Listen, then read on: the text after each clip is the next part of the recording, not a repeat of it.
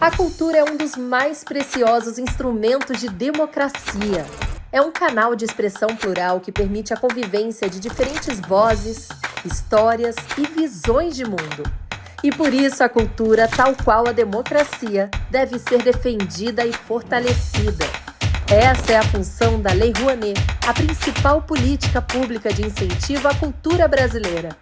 Com ela, perseguimos a missão de assegurar o acesso democrático à produção e à difusão cultural. Ao longo de mais de 3 décadas, a Rouanet permitiu que inúmeras iniciativas culturais, antes inviáveis, ganhassem o mundo. Revelou histórias, preservou tradições e transformou vidas. Lei Rouanet, há 33 anos tornando a cultura brasileira mais plural, acessível e democrática.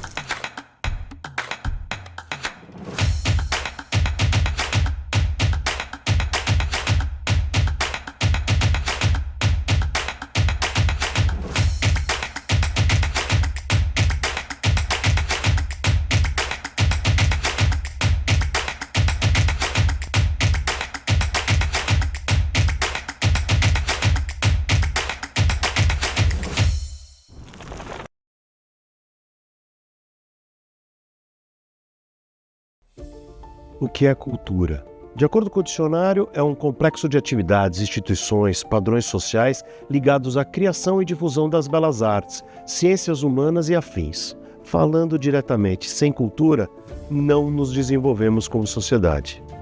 São 88 anos que a Congregação Israelita Paulista, a maior comunidade judaica liberal da América Latina, vem promovendo e democratizando o acesso à livre cultura.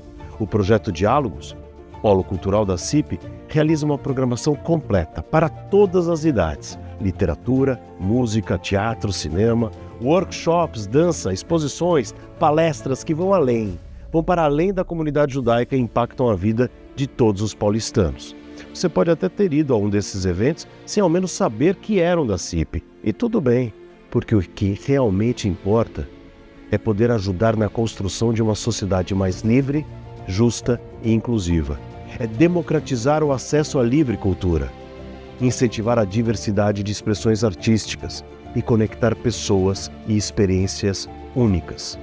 Hoje sou eu que estou aqui no palco, mas você também pode fazer parte dessa história. Você ou a sua empresa podem, por meio do incentivo fiscal, investir na cultura. São várias iniciativas culturais e projetos sociais da CIP que só estão esperando o seu apoio para acontecer nos próximos 2 anos, impactando mais de 300 mil pessoas direta e indiretamente por toda a cidade. Na Sala São Paulo, Memorial da América Latina, Teatro das Artes, Teatro Cultura Artística e na própria CIP. Chegou a hora de investir em um futuro mais criativo. Vamos juntos fazer essa diferença?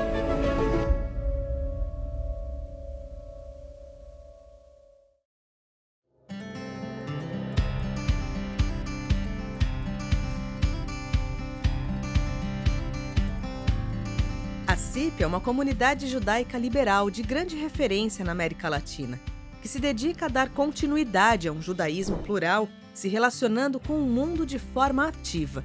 Um processo que vai do individual ao coletivo, que alcança todas as faixas etárias e trabalha o conhecimento da herança judaica, acolhendo e acompanhando as famílias em todo o seu ciclo de vida.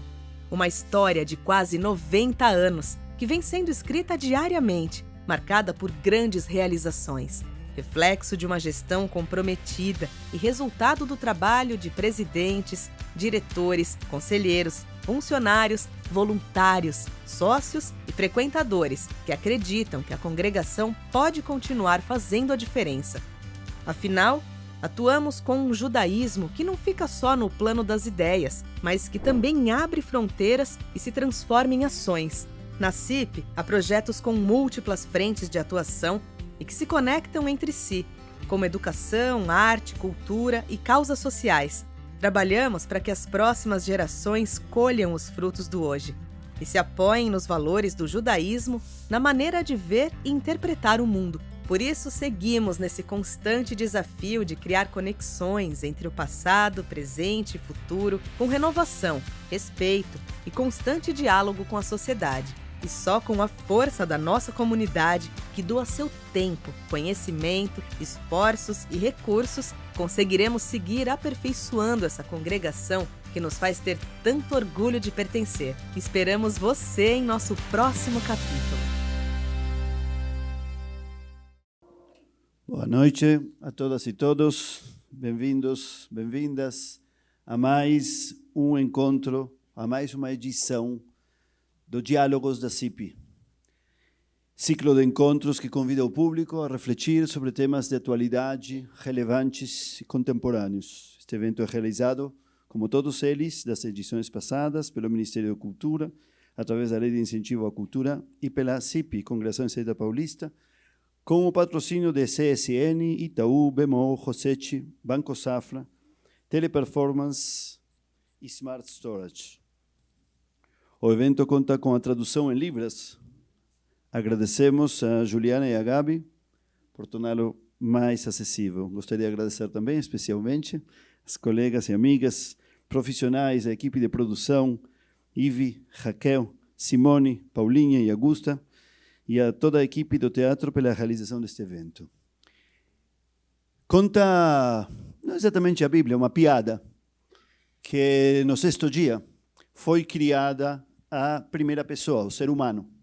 Primeiro ser humano, e passada a primeira hora, reclamou com Deus: isto vai ser difícil, é muito trabalho para uma pessoa só. E Deus falou: de acordo, vou criar mais uma pessoa com outras características.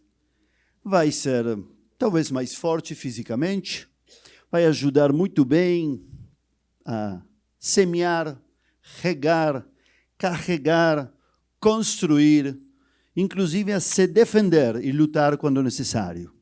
Tudo bem? Tudo bem. Só um pequeno detalhe. Vamos chamar essa pessoa homem.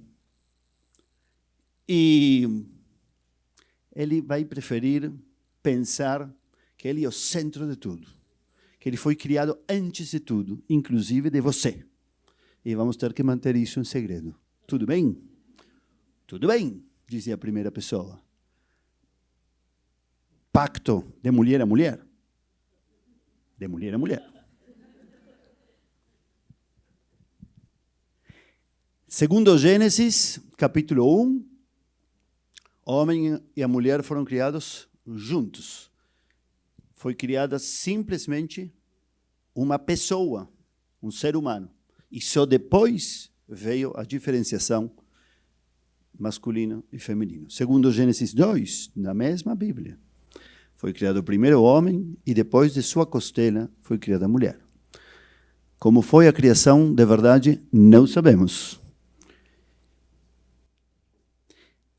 A mulher foi a que teve a ousadia de querer saber, mesmo a preço de morrer, de querer ser livre para estudar, escudrinhar, ou foi a primeira pecadora? Não sabemos. Interpretações e leituras de diversos tipos. As matriarcas Sará e Rivká são as que decidem quem é a liderança que vai continuar. As matriarcas Rachel e Leá são as que decidem absolutamente tudo, que existe uma herança, que existe dinheiro, que existem filhos. Inclusive, o Midrash diz quem ia estar com quem quando, com o único homem que compartilhavam. Miriam, a irmã mais velha de Moisés, é, segundo o relato bíblico e a leitura judaica desse relato bíblico, a responsável pela vida, pelo fato de que Moisés tenha nascido, porque os pais tinham renunciado, inclusive, à sexualidade. É Miriam que chacoalha o pai e traz a vida a Moisés, e é ela que cuida de Moisés na cestinha, e é ela que leva a sua mãe para que atenda ao pedido da filha de Faraó. E Hannah, a mãe de Samuel, é a primeira pessoa em toda a Bíblia que é diferente dos homens, que sacrificavam animais para se conectar com Deus. Ela reza, oferecendo o coração. E dizem os sábios homens, 2000 anos depois, que todas as rezas do Sidur, do livro de rezas judaico, se deve a Hannah, uma mulher. E assim por diante, na sociedade machista, só homens do Talmud, as duas mulheres mais que apenas aparecem, e talvez quase as únicas, Ima, Shalom e Bruria, são as que resolvem os conflitos, sem egos, sem destruição, sem agressão. Poderíamos continuar, mas daqui a pouco teremos os grandes focos dessa noite. Poderíamos imaginar que dessa tradição só vem igualitarismo. Infelizmente, não é a verdade. As pendências também no mundo judaico são enormes. Mas temos o orgulho de que na tradição liberal com a qual se identifica a CIP, já existem há décadas juízas mulheres, cantoras mulheres, escribas, sofrot, mulheres e, claro, rabinas. A primeira foi vítima da Shoah. Para nós, cipianos, é uma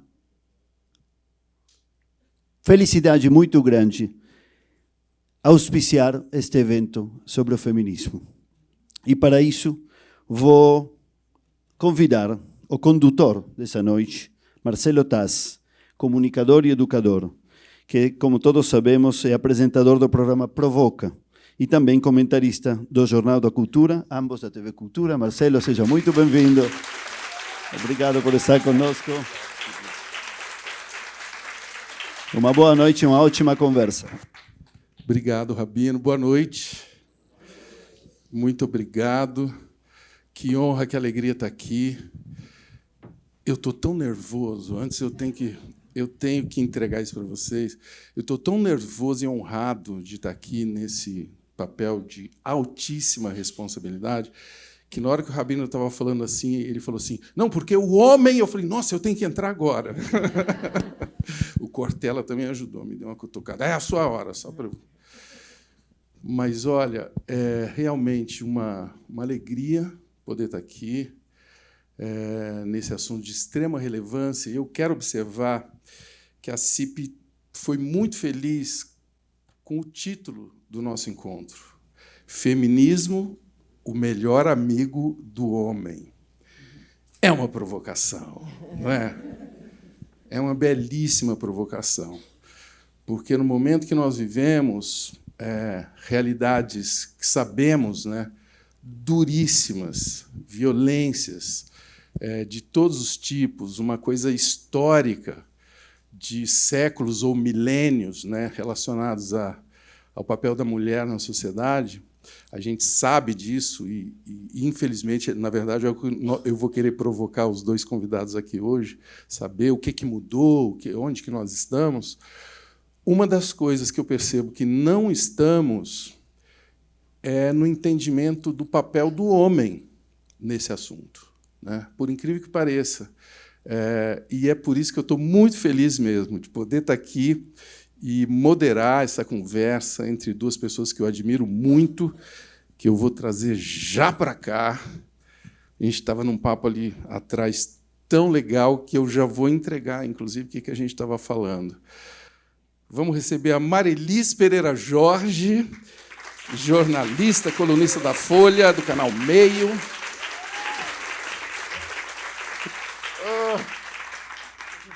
Olha aqui, Marilis. E aí, Marilis? Ficar no palco é uma coisa...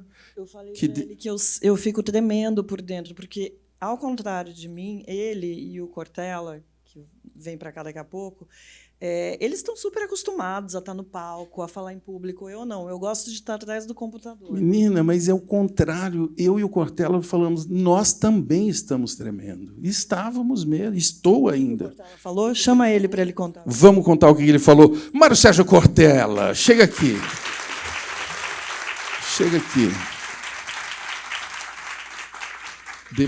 Eu disse que tremer é uma forma de respeito. Quando você, diante de um tema e de um público, não treme, é sinal que você não se preparou. Só treme quem se preparou. E a Marilis se preparou bastante. Olha aí, já começamos aí. Pode aplaudir, pessoal, pode aplaudir. Já começamos ali atrás, enfim. Enquanto o Conversando, Rabino falava, entendendo. nós estávamos quietos. Mas quando ele parou, nós começamos a conversar, né? E exatamente esse era o tema. Não sei se esses são os fatos, não, Cortella. A gente estava conversando durante Vocês o são Rabino. jornalistas, nenhum de vocês A gente lida estava com conversando fatos. durante o Rabino, aí eu falei assim: escute o Rabino. Foi Cortella. verdade. É verdade. Estava E aí? divertido ali atrás. Deviam estar filmando, inclusive, esse backstage, porque acho que vocês iam gostar de ver. Marilis, eu vou começar essa conversa com você porque o que nós fizemos aqui agora, né, que é tratar com humor uma dificuldade que existe, né, professor? Fale aí, a gente sente essa necessidade de se expressar bem e acha que pode ser que não consiga diante de um assunto, dos assuntos caudalosos, como é o caso dessa noite. Mas eu queria, de cara, falar isso, o quanto que o humor, que foi o que nós usamos para mexer com esse estado que nós estamos, né, diante dessa tarefa, o quanto que o humor pode ajudar nesse assunto feminismo, o melhor amigo do homem, que já tem aí embutido uma provocação trazida pela CIP. De cara, eu já lembrei de uma série que eu estou vendo e eu acho que é o melhor exemplo de como, quando você usa o humor para tratar de assuntos que são muito difíceis e que dividem muito as opiniões, as pessoas, fica tudo mais palatável, inclusive porque você pode rir do outro e rir de si mesmo, porque em muitas situações dessa série, o Machos Alfa, alguém aqui já viu? Então, nessa série, eu acho que eles fazem isso brilhantemente. É questionar o... Vocês assistiram? Não, essa eu não conheço. O título é meio bobão, Machos Alfa. Machos Alfa, e eu fui muito, muito reticente para assistir, mas algumas amigas começaram a insistir. Assista, porque vale a pena. E eu acho que eles foram muito felizes, exatamente. Como que eles revelam essas questões nessa série? Vou falar, a sinopse da série basicamente são 4 homens que começam a entrar numa crise dentro de uma sociedade que está tratando do feminismo todos os dias, e é exatamente isso que a gente está fazendo. Felizmente, o feminismo está nos jornais, está na imprensa, está nas redes sociais, está dentro de casa, está nas conversas de bar. A gente está falando sobre isso todos os dias. E são 4 homens que entram numa crise e vão fazer um curso de desconstrução da masculinidade. E, claro, todos são... Um é muito diferente do outro, como as mulheres são todas diferentes umas das outras. E você começa a se identificar com várias coisas que acontecem ali, coisas que eles estão enfrentando, ver amigos seus que estão passando por algumas daquelas situações, e tem muita provocação. Porque tem algumas provocações em relação, por exemplo, de algumas críticas à relação a excessos que o feminismo ou qualquer movimento que vem com o intuito de mudar alguma coisa na sociedade acaba tendo excessos que, em algum momento, às vezes, até são necessários. Faliu. Por exemplo, uma crítica que acontece até hoje, acho que afastou muitas pessoas do feminismo quando ele vem, né, nessa nova onda. O feminismo teve muitas ondas. Sim. Mas que eram ondas pontuais. A gente viu o feminismo para lutar pelo voto da mulher, na revolução sexual, para a mulher ir trabalhar, para a mulher não depender mais de autorização do marido ou do pai para poder trabalhar ou fazer várias coisas. E depois voltava todo mundo para casa, né? A gente conquistava alguma coisa e depois voltava todo mundo para casa. Pro que era. E o resto continuava do jeito que estava. Essa nova onda, eu brinco que eu brinco não, é de verdade, é um tsunami. É um tsunami que vem varrendo e vem trazendo uma série de transformações que são importantes. Mas, quando ela começa, a gente vê muita raiva, muita frustração. E essas mulheres que fizeram barulho lá atrás causaram bastante incômodo. Sim. Que eu entendo. Eu acho que o barulho, às vezes, ele é necessário, porque, às vezes, só assim as pessoas conseguem ouvir e param para ouvir. né? Se você faz tudo muito quietinho, muito organizado, com muita delicadeza, com muita educação, às vezes as pessoas não param para ouvir. As pessoas, nesse caso, são os homens. Então, assim, existe ainda uma crítica grande a essa vertente que eu acho que acabou ficando muito pequena desse feminismo mais radical que existe e tem lá os seus propósitos, mas eu acho que a gente precisa dar um passo à frente e tentar olhar e entender o que vem depois disso. Ótimo. Eu creio que essa é uma tarefa que nós temos aqui hoje. Eu queria te cutucar com todo respeito, como sempre, né, professor? Porque quando a gente fala desse tsunami, né, que aconteceu algumas vezes, um dos termômetros que eu busquei para tentar entender assim, qual o tamanho, né, da enorme tragédia que foi a exclusão da mulher da vida social. Eu fui atrás assim, qual foi a primeira vez que a mulher pôde estudar, né? E faz muito pouco tempo. Tem mulher que ainda não pode. Sim, mas na Inglaterra as mulheres só puderam estudar em 1850. Quase metade do século. Do século XIX, na Inglaterra eu estou falando, né? Isso é uma tragédia. Eu queria te ouvir sobre esse arco aí, em que momento que nós estamos. Eu gostei de uma palavra que você usou, Tassi, que é tragédia. Porque a palavra tragédia ela tem um sentido muito próprio. Dentro da filosofia clássica, da filosofia greco-romana, trágico é tudo aquilo que os humanos não têm interferência. Isto é, tudo aquilo que nós não temos como evitar. Dentro da concepção greco-romana da conduta, tragédia é tudo aquilo que os deuses decidiram e nós não temos o que fazer, a não ser cumprir a cena. Isto é, Medeia não tinha o que fazer, a não ser o que aconteceu com ela. Édipo não tinha como evitar aquilo que com ele aconteceu. O nome disso é tragédia. O judaísmo e o cristianismo introduziram uma outra concepção sobre conduta, vinda do judaísmo, e que o cristianismo levou adiante, que é a recusa à ideia de tragédia e a noção de drama. Qual é a diferença entre o trágico e o dramático? A tragédia é aquilo que nós, humanas, não temos o que fazer porque acontecerá. Você está fadado. É o destino. Ele virá. O drama é a escolha. Haja vista que no texto inaugural, né, religioso de judeus e cristãos, que é o livro do Gênesis, é oferecido ao casal primordial uma escolha. Eles não são obrigados a fazer. Eles decidem. Não é que da narrativa se vai e não há o que fazer. A desobediência, que é o pecado dos originais nessa narração, ela é uma decisão. E, nesse sentido, eu aprecio, Taz, mais a noção de exclusão, de brutalidade, como sendo um drama humano e não uma tragédia. Porque a tragédia nos dá conforto. Isto é assim. Não tem o que fazer. Não fomos nós, até acontece, veio acontecendo, é desse modo. Eu acho que uma reflexão como essa, né, que Marilis fez e faz no dia a dia, nos escritos que tem, ou que você traz, né, na TV, para as pessoas que convida para refletirem, e que o Rabino aqui fez na abertura em relação ao que existe e o que precisa ainda existir em relação à posição da mulher no judaísmo, elas são circunstâncias dramáticas. Mas elas não são trágicas, né? Porque se elas trágicas fossem, nossa conversa seria mero entretenimento. Isso. Mas como nós temos o que fazer,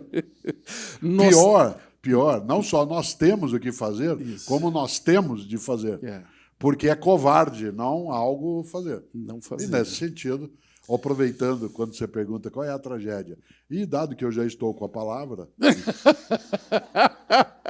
Eu estou e vou continuar com a palavra, isso, ele está dizendo. Mas eu agora retomei e vou te devolver para você continuar. Mas não agora. Olha só. Olha só.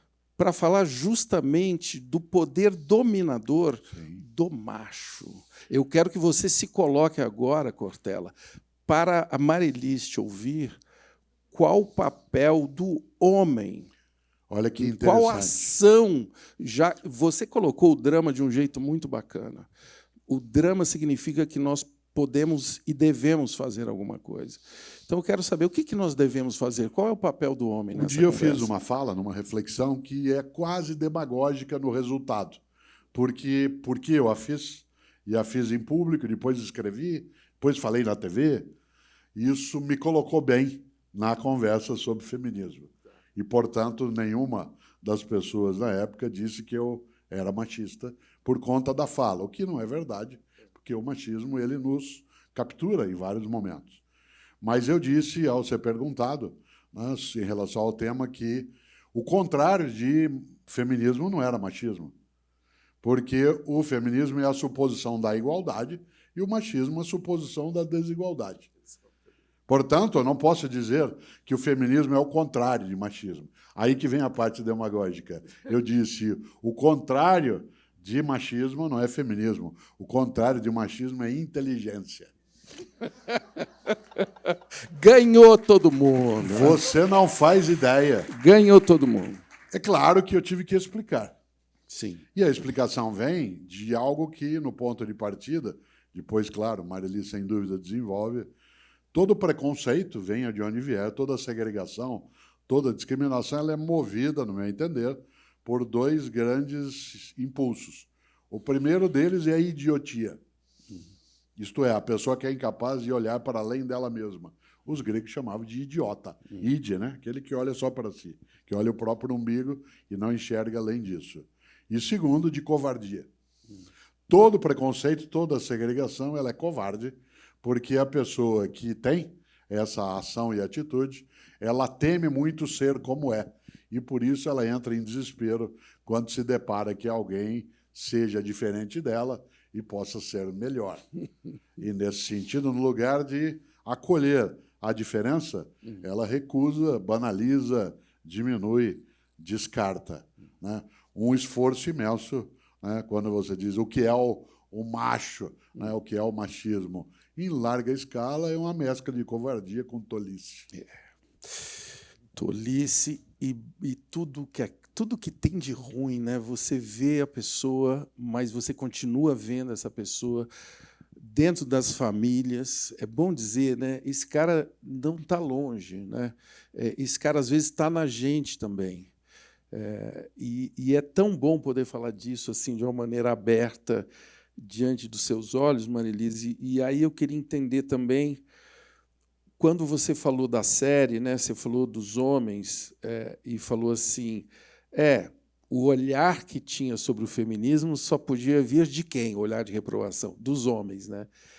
Eu queria saber de vocês se é só dos homens ou se há machismo nas mulheres.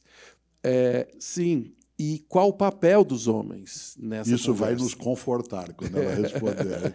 A gente vai ter que marcar um outro dia, porque isso dá uma outra conversa enorme. A gente tem visto um fenômeno muito grande surgir. Eu acho que as redes sociais têm ajudado a espalhar muito essa ideia das esposas tradicionais. Que tudo bem, eu acho que tem aquela frase do feminismo de que a mulher pode ser tudo o que ela quiser, ela está valendo. O grande problema desse movimento, que vem reforçar um papel tradicional da mulher dentro de casa, que cuida da casa, que tem algumas influências, já tem até influenciadoras, né, das esposas tradicionais, que fazem desde o molho de tomate enquanto estão segurando ali seu filho. O grande problema desse movimento é desfazer das mulheres que estão lutando por independência e querem ter um outro tipo de existência, né? Que são um outro tipo de mulher. Esse é um grande problema. Então, assim, o que não falta na sociedade é mulher machista. Eu falo que, se não tivesse mais machismo entre as mulheres, o machismo não existia mais. A gente já tinha acabado com o machismo. Se as mulheres já tivessem entendido esse lugar numa sociedade mais igual, que não significa que ela não possa ter uma vida diferente de outras mulheres, porque acho que tem um ruído muito grande quando a gente fala de feminismo. É como se fosse um movimento que quisesse que todas as mulheres fossem iguais, que todas as mulheres negassem a beleza de um relacionamento com o outro gênero. Não tem absolutamente nada a ver com isso. Isso Agora, já foi um estereótipo muito forte, né? eu acho que ele ainda é. Ele ainda é, sabe? De você pintar, por exemplo, as próprias feministas são muito diferentes, sabe? A gente tem várias vertentes do feminismo. Tem feministas, tem um corte racial, tem um corte social dentro desses movimentos. São cortes dentro desses movimentos que precisam ser olhados, porque o que eu demando no feminismo não necessariamente é o que uma mulher que está numa classe menos favorecida demanda, ainda que eu tenha essa responsabilidade, por estar numa classe social mais favorecida, de olhar para todas essas questões de raça e de classe social. Mas eu acho que o que está faltando para a gente discutir é realmente o papel do homem dentro do feminismo. Como é esse homem feminista? A gente não tem essa resposta porque isso não é falado. E você vai olhar, por exemplo, tem uma ativista, uma intelectual feminista que eu tenho lido muito, porque sempre que eu escrevo alguma coisa que as pessoas não concordam, elas me mandam estudar. E eu vou. Eu de fato faço isso. Eu vou estudar, eu vou querer entender se eu estou propondo alguma coisa que não faça sentido. E a Bell Hooks, que é uma escritora que eu indico muito para quem quer entender o que é esse novo feminismo, as falhas do feminismo, ela fez uma crítica que é exatamente uma crítica que eu fiz sobre da falha do feminismo de, nessa nova onda, não trazer o homem para essa conversa, de excluir o homem dessa discussão. A gente não vai fazer revolução sozinha. Não adianta as mulheres se fecharem numa bolha, se fecharem como se estivessem vivendo dentro de um clube para resolver quais vão ser agora as novas regras, como é que vamos viver, como é que a gente quer esse mundo, se a gente não combinar com os russos. A gente precisa combinar com os russos. Eles precisam entender, abraçar, ajudar a implementar essas mudanças. E a gente não está olhando para esse homem. Tá. Tem uma frase da Bell Hooks, é uma provocação que ela faz, que é: como eu posso me tornar o que eu não consigo nem imaginar? Os homens não sabem, não tem sido dado a esses homens a possibilidade de masculinidades feministas. E eu não estou falando só das questões de igualdade, né, que a gente ter mais igualdade no mercado de trabalho, claro, a gente ter mais respeito dos homens. As coisas técnicas, jurídicas, né? Claro. A gente combater a violência contra a mulher, que é um problema enorme que a nossa sociedade está enfrentando. Falando realmente esse modelo de homem. A gente tem que dar a essas novas gerações, a esses meninos que estão chegando na infância, na adolescência, outros modelos de masculinidade que sejam diferentes desses modelos que só cobram do homem a força, o poder, onde o homem não pode demonstrar vulnerabilidade, não pode demonstrar emoções.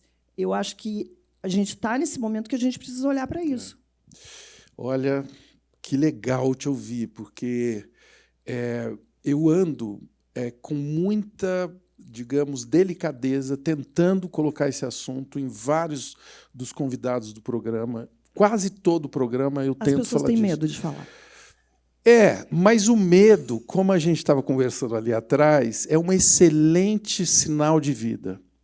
O medo é muito importante, porque você tem medo das suas ignorâncias.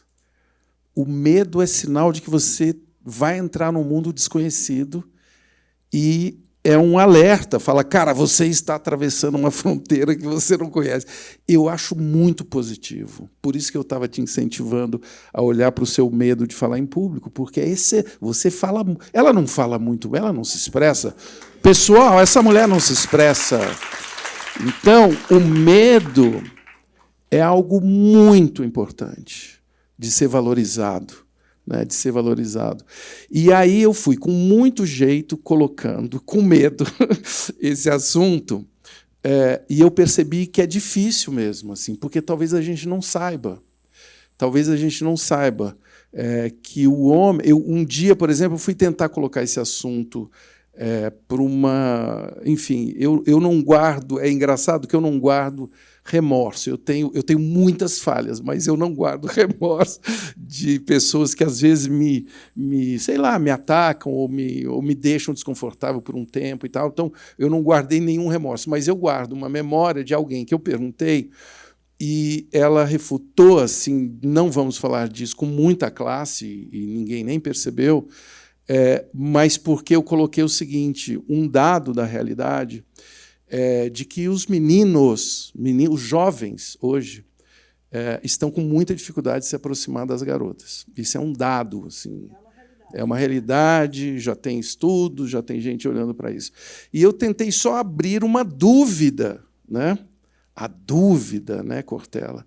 Eu falei, por quê? Você acha que esse componente pode ter a ver com ele estar com medo de fazer algo que é errado, que tem muitas regras hoje de comportamento para os homens, porque eles fizeram um monte de coisa errada? Toda hora você tem que lembrar isso, né? Os homens fizeram milhões de coisas erradas. Será que isso não está atrapalhando esse relacionamento? Então, eu queria entender... Você sabe que, no século XIX, um filósofo alemão de alto nível, Hegel dizia que, se quando você exagera o argumento, você prejudica a causa. Prejudica a causa ao exagerar o argumento, porque ele assusta no lugar de atrair, convidar, seduzir. Então, isso traz, de fato, essa condição. E você lembra algo especial, a necessidade de poder, inclusive, ter disponibilidade para ser alertado, no caso. Cláudia, com quem eu sou casado, que aqui está, a vez ou outra, ela diz, você está sendo chauvinista. E aí eu respondo ao modo mais protetivo, que fui criado por mulheres. Que cara de pau, né? Ela diz, mas isso não é uma justificativa, é só uma explicação. Vixe. Aí eu digo, então, eu fui criado por mulheres e estou há 50 anos numa área feminina, que é a educação. Na educação escolar, 92% de quem nela atua são mulheres. Só 8% dos docentes são homens no Brasil. E eu passei a vida sendo dirigido por diretoras. Eu, quando fui dar aula na PUC São Paulo, e lá fiquei 35 anos, era uma reitora. Quando eu fui secretário da Educação na cidade de São Paulo, era uma prefeita, que era a Luiza Erundina. E aí a Cláudia diz, isso não é uma justificativa, é só uma explicação. O que é que isso significa? Ainda bem que existe a Cláudia. Então, para quê? Fazer a realidade aparecer. A ideia, de vez ou outra, rebater algumas condutas é para despertar em mim uma percepção daquilo que está entranhado, que é a conduta entendida como usual. Eu dou 2 exemplos concretos, né? Durante muito tempo, nós usamos no Brasil uma cartilha de alfabetização, né, que quem tem mais idade aqui, como eu, talvez se lembre, chamada Caminho Suave. Opa, né? Foi a minha. Isso, claro.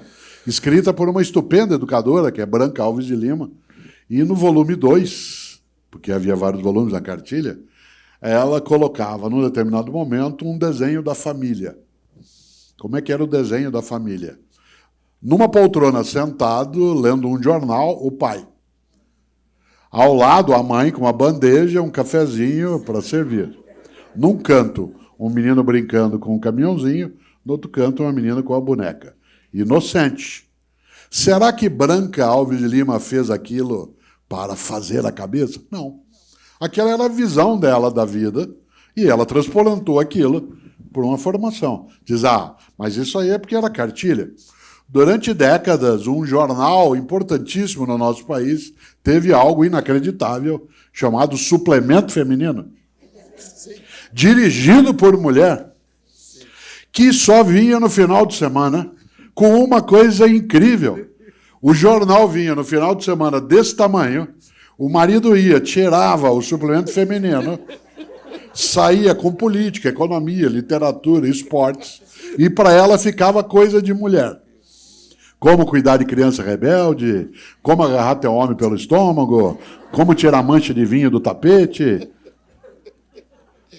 Atenção, eu quero chegar onde você estava, não como provocação, porque essa é a tua profissão e você ganha bem para isso. Tem alguém do Estadão aí na plateia, não? Eu não disse o nome do jornal. Mas eu disse, então. eu disse. Aliás, eu aprecio imensamente, mas o que é um suplemento feminino? Me diga. E o que é que isso significa como simbologia numa comunidade em que, agora chega ao passo, em que mulheres eram sim capazes de pegar o suplemento feminino sem notar que ali há embutida uma concepção. E eu sou capaz de pegar um suplemento e deixar de lado, porque isso não é comigo. Esta lógica, ela vai nos capturando. Por isso, quando a Marilise escreve que o feminismo ele faz bem e ele é bom para os homens, é porque é bom para pessoas, em geral. Sendo nós homens pessoas, sem dúvida, isso favorece. Mas, vou usar um termo da teologia, Rabino, o inimigo é astuto. Vem devagar com sapatinhos de veludo, pé ante pé. E quando você menos imagina, ele te capturou. Qual é a grande novidade que leva hoje a uma recusa maior? Houve um desemudecimento da questão. E aí ela incomoda, porque ela salta na frente. Eu, casado com Cláudia é libanesa, o poeta libanês que eu mais aprecio, que é Khalil Gibran, diz algo que eu repito sempre: as grandes dores são mudas. As grandes dores são mudas. E quando o grito veio à tona, num primeiro momento ele veio como grito. Queima sutiã, se recusa a participar, vai e quer se mostrar, porque é um grito. É quase um uivo. Um uivo do quê? Não de rebeldia, de sufoco. E é claro que o primeiro passo é estar descontrolada. Tem que fazer o que o cinema norte-americano fazia. Né? A mulher se descontrolava, você estapeava. E aí ela voltava, e aí segurava na gola e dizia, volte à razão. O Freud, com toda a capacidade dele, deu o nome uterino ao comportamento descontrolado. Histera, no grego antigo, é útero. Por isso, uma pessoa histérica é aquela que perdeu o controle. Ora, o inimigo é astuto. O inimigo é muito astuto. Dificilmente um homem é chamado de histérico, né? Você já percebeu isso? Mas posso completar Em vez de histérico, ele é chamado do quê? Ele é decidido? Ele é um cara que tem postura, né? Quase sempre assim, eu percebo, inclusive, quando eu recebo críticas, né? Se um homem escreve a mesma coisa que eu escrevo, da forma que eu escrevo, às vezes eu sou muito firme nas coisas que eu escrevo, ele é sagaz, ele é positivo, ele é firme, né? Eu sou grossa, eu sou histérica, todos os meus problemas têm raiz pelo fato de eu não ter tido filhos. Eu estou velha, estou frustrada, sempre tem uma... o etarismo mal amada. Mal amada. O termo nem é mal amada, né? Hã? Ele é um pouco mais gastronômico, né? Não, é bem mais gastronômico. Olha o Cortella. Mas posso... O Cortella é o lado CQC aqui da nossa... Faz 40 anos que nós trabalhamos juntos, você nunca me ofendeu desse jeito. Mas esse puxão de orelha que a Cláudia dá no Cortella de vez em quando, todos nós merecemos, porque a gente foi criado dentro de um modelo que era único, que vinha dentro do suplemento feminino. Eu tive que ouvir do meu marido uma vez essa pergunta: você não acha que você está sendo machista? Porque eu, apesar de ter sido criada dentro de uma família, enfim, com todos os alicerces feministas, ter um pai dentro de casa que era muito participativo e eu tinha mais poder dentro de casa, por exemplo, do que o meu irmão, que é 11 meses mais novo do que eu, porque eu era mais velha. Então, eu tinha incentivo do meu pai de sair, fazer as coisas, praticar esporte, de ser independente. Meu pai sempre brincava: para com essa coisa de namorar, vai viver, vai fazer coisas. Mas a gente foi criado dentro de um modelo. E eu, já casada com meu marido, tinha ali um sonho de ser pedida em casamento. Sim. Era importante? Não, mas eu aprendi que era desse jeito, porque tem um roteiro que todos nós seguimos, ou pelo menos seguíamos, que é: a mulher espera o cara pedir namoro, primeiro olhar, tomar iniciativa, tomar a iniciativa do beijo, tomar a iniciativa para convidar para sair, a do beijo, para transar. A mulher fica esperando o cara pedir em casamento. A gente vê histórias de mulheres aí que estão namorando 10 anos, 15 anos, esperando o homem pedir em casamento. Mas eu tinha um casamento muito feliz e tal, mas eu ainda tinha esse desejo romântico, essa visão do amor romântico, eu esperava isso. E, de vez em quando, eu falava de alguma forma. E um dia ele vira para mim e fala: por que eu tenho que te pedir em casamento? Por que você não me pede em casamento? Você não acha que você está sendo machista? E eu tive que enfiar o rabo no meio das pernas, ir lá pensar, fui estudar, né? As pessoas me mandam estudar, eu vou estudar. E, para resumir a história, eu pedi o meu marido em casamento, ele aceitou. Meu Deus, ele está aqui? Não, ele não está aqui. Não, eu já gostei muito dele. Casamos numa cerimônia linda na Tailândia, que legal. Foi maravilhoso. Tem um amigo meu que está aqui que assistiu, inclusive, essa cerimônia pelo vídeo. Então, eu me questiono, estou falando tudo isso porque o modelo que a gente tem é esse. Cara, que e legal. A gente não está desenvolvendo, e aí existe tem uma parte do feminismo acha que as mulheres não devem se ocupar dos homens, porque, afinal de contas, temos tantas coisas para resolver. Isso é verdade. Ninguém está diminuindo todos os traumas, as frustrações, as raivas que as mulheres têm, enfim, embutidas aí durante todos esses... Eu ia falar durante todos esses anos, não, mas durante todos esses séculos.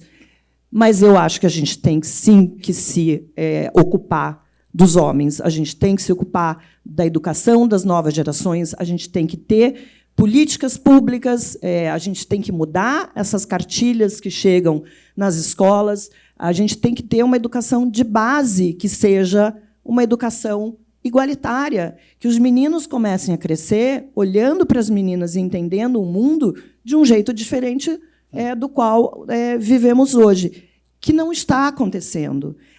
É o governo que tem que se ocupar. O que está acontecendo? O que está acontecendo é que as mulheres estão conversando de um lado sobre todas essas mudanças que são, sim, necessárias,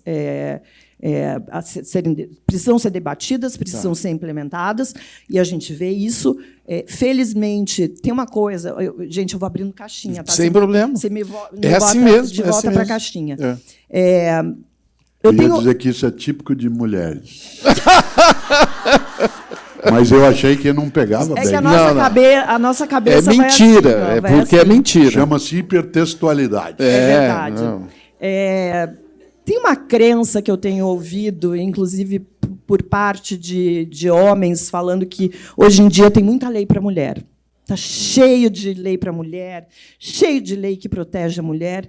E aí eu fui olhar, falei, gente, que leis são essas, né, que estão favorecendo as mulheres? E, na verdade, são quase todas leis que têm a ver com a questão da violência contra a mulher. Então, a gente tem a lei do feminicídio, que só...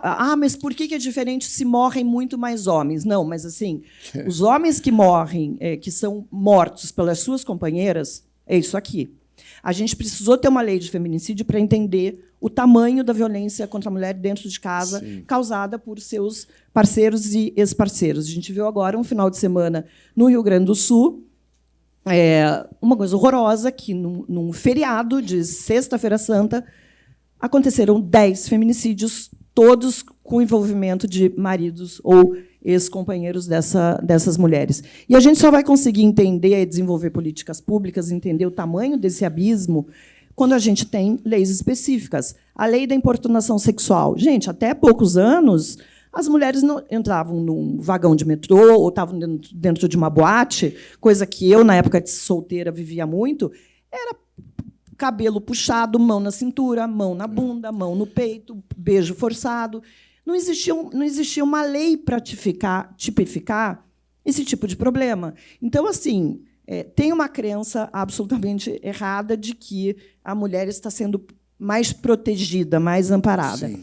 Então, de um lado, a gente tem as mulheres que estão conversando sobre todos esses assuntos que são importantes, e, do outro lado, a gente tem uma comunidade masculina que tem uma parte que está ficando muito raivosa, sim, e uma parte que está se sentindo acuada, que não sabe lidar com isso. Eu tenho amigas feministas que têm filhos adolescentes e que me contam que têm uma dificuldade muito grande de lidar com a necessidade de continuar lutando aí por conquistas femininas e uma turma assustada. E educar esse menino que está chegando no mundo se sentindo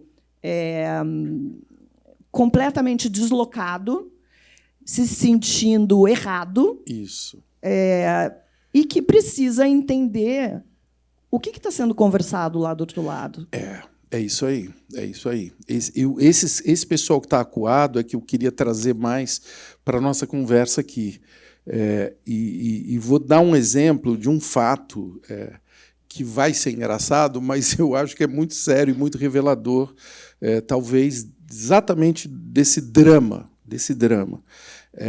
Os meus filhos foram educados no Gracinha, que é uma escola que eu gosto muito, que tem uma visão... Onde eu fui professor. Você foi professor lá? Faz só 40 anos. Mas é por isso que eu botei os meus filhos. Eu sei, eu me lembro. E por isso que eu saí de lá.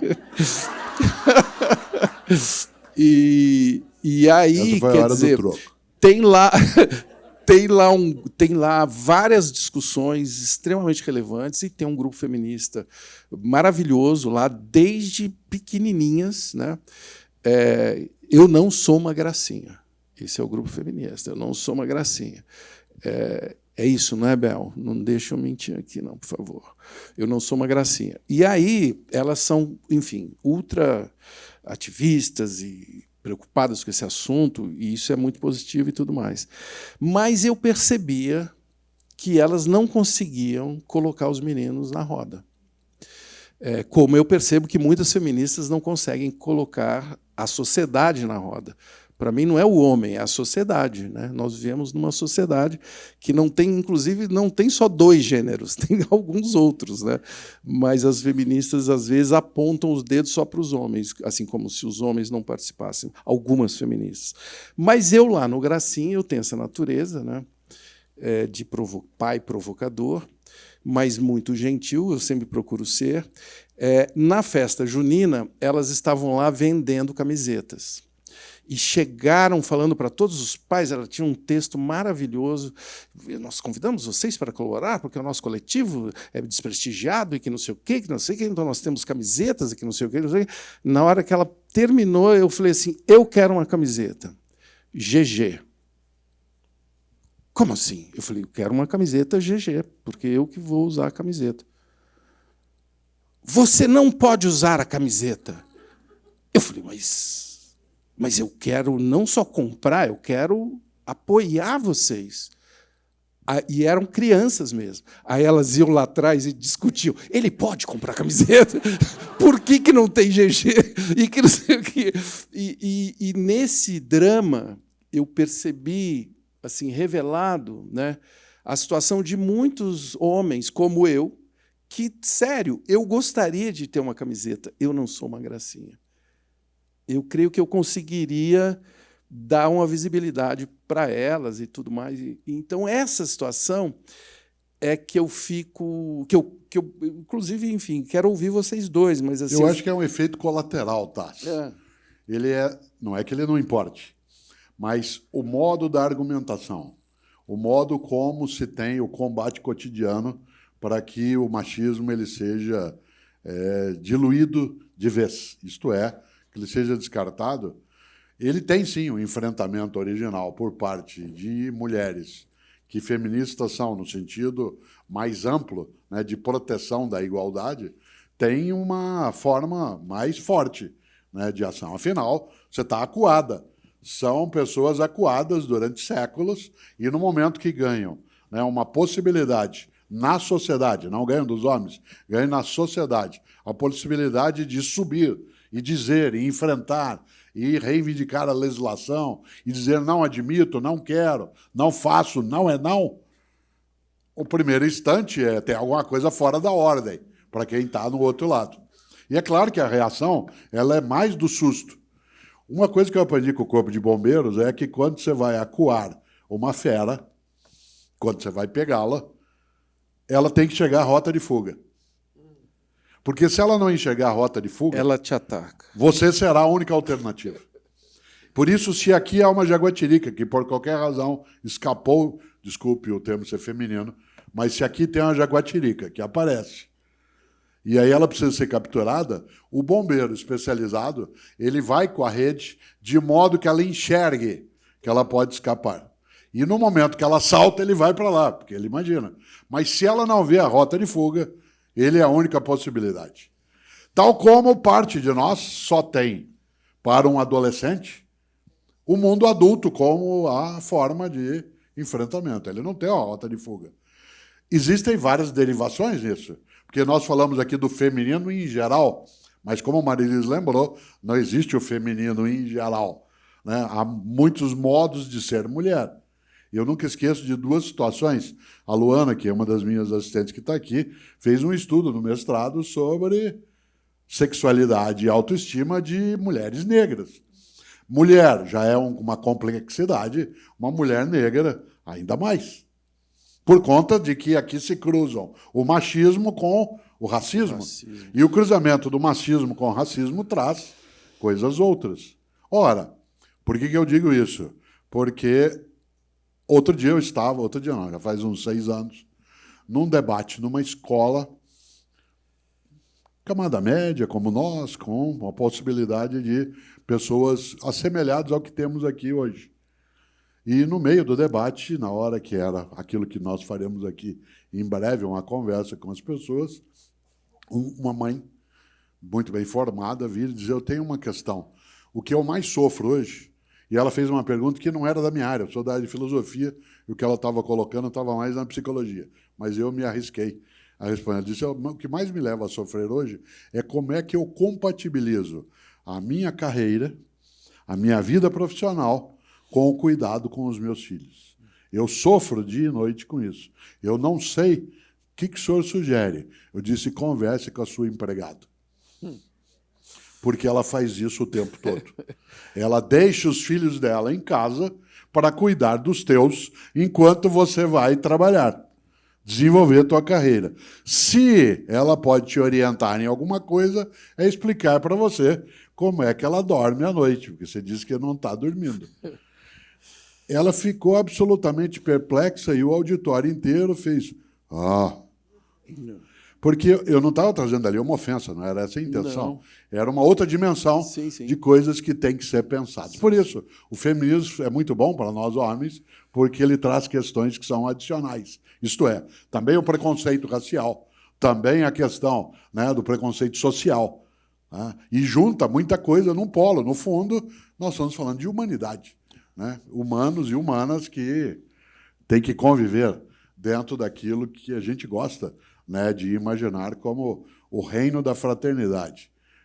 É bom, né? É bom. E nós temos aqui, como o Cortella me lembrou, a oportunidade agora, daqui a pouquinho, vou ainda jogar mais uma aqui, de vocês fazerem perguntas. Vocês querem fazer perguntas, pessoal? Querem, né? Eu já vou passar a bola para vocês daqui a pouquinho, porque nós chegamos num lugar aqui, Marilis, que eu acho tão legal de tentar ir um pouco mais longe dessa... Os meninos... Dá para usar a camisa GG e apoiar? Qual é o lugar? Eu queria ouvir você, assim, de coisas que você já viu que estão acontecendo... ou homens que estão participando dessa conversa de um jeito que você gosta? São muito poucos. Eu acho, na verdade, que a gente está acordando para um problema que é muito grande. Eu imagino que todo mundo aqui tenha assistido a série Adolescência, pelo menos a maioria. E essa série jogou... Assistiu, Cortella? Não, mas me contaram tanto que eu achei até que eu é que estava produzindo. Você tinha assistido. Eu vou aproveitar, inclusive, para falar de uma outra série que tem muito a ver com o nosso papo e com o fato de estarmos aqui na CIP, nessa CIP, enfim, de carinho e de conexão que nós estamos vivendo aqui hoje no Teatro UOL, que é A Rabina. Vocês já viram essa série? É preciosa, é uma série francesa, né? Que está no streaming e que coloca justamente de uma maneira muito corajosa o debate do feminismo no judaísmo. Assim, é uma rabina enfim, tem que ver a série, com um charme, com uma empatia, com dúvidas muito grandes, inclusive, sobre tudo isso. E eu sugiro também essa série, mas, enfim. Então, acho que o que a adolescência mostrou, os pais ficaram muito apavorados, e mesmo quem não é pai, eu acho que deveria, não é pai, não é mãe, deveria ficar, porque mostrou que, enquanto as meninas estão vivendo esse despertar do feminismo, das questões de igualdade, de ter um lugar no mundo, os meninos não sabem para onde ir e estão procurando um lugar na radicalização. A primeira vez que eu escrevi Só na radicalização? Basicamente na radicalização. Por que você tem uma? Porque eu vejo, é uma minoria para mim. Da radicalização? Maioria... Da radicalização que mata, como acontece na série, talvez seja a minoria. Mas eles estão se fechando estão se fechando muito nesses... em si mesmos para essa discussão que está acontecendo. Mas não na radicalização, né? Eles estão fechados e não estão participando. É muito preocupante. Eu também acho. Muito preocupante. Mas não é radicalização para mim isso. É só ele está passivo, né? Ele está sem participar. Não. Eu acho que não. É muito. Vocês acham que a maioria dos meninos não é que vai sair atirando nas pessoas ou matando a colega da escola. Mas eu acho que são meninos que estão entendendo o feminismo, as demandas do feminismo, como uma coisa contra eles. Então, assim, não conseguem vir para essa conversa. A primeira vez que eu escrevi, eu fiquei muito surpresa quando eu vi o assombro com o qual as pessoas deram de cara com esses grupos que são descritos nessa série, Discord, ou falar de incels, que são esses grupos de jovens radicalizados, porque a primeira vez que eu escrevi sobre isso foi em 2018. E eu me lembro muito bem a reação que eu vi nos comentários desse texto. Teve gente que falou que eu estava inventando que isso existia.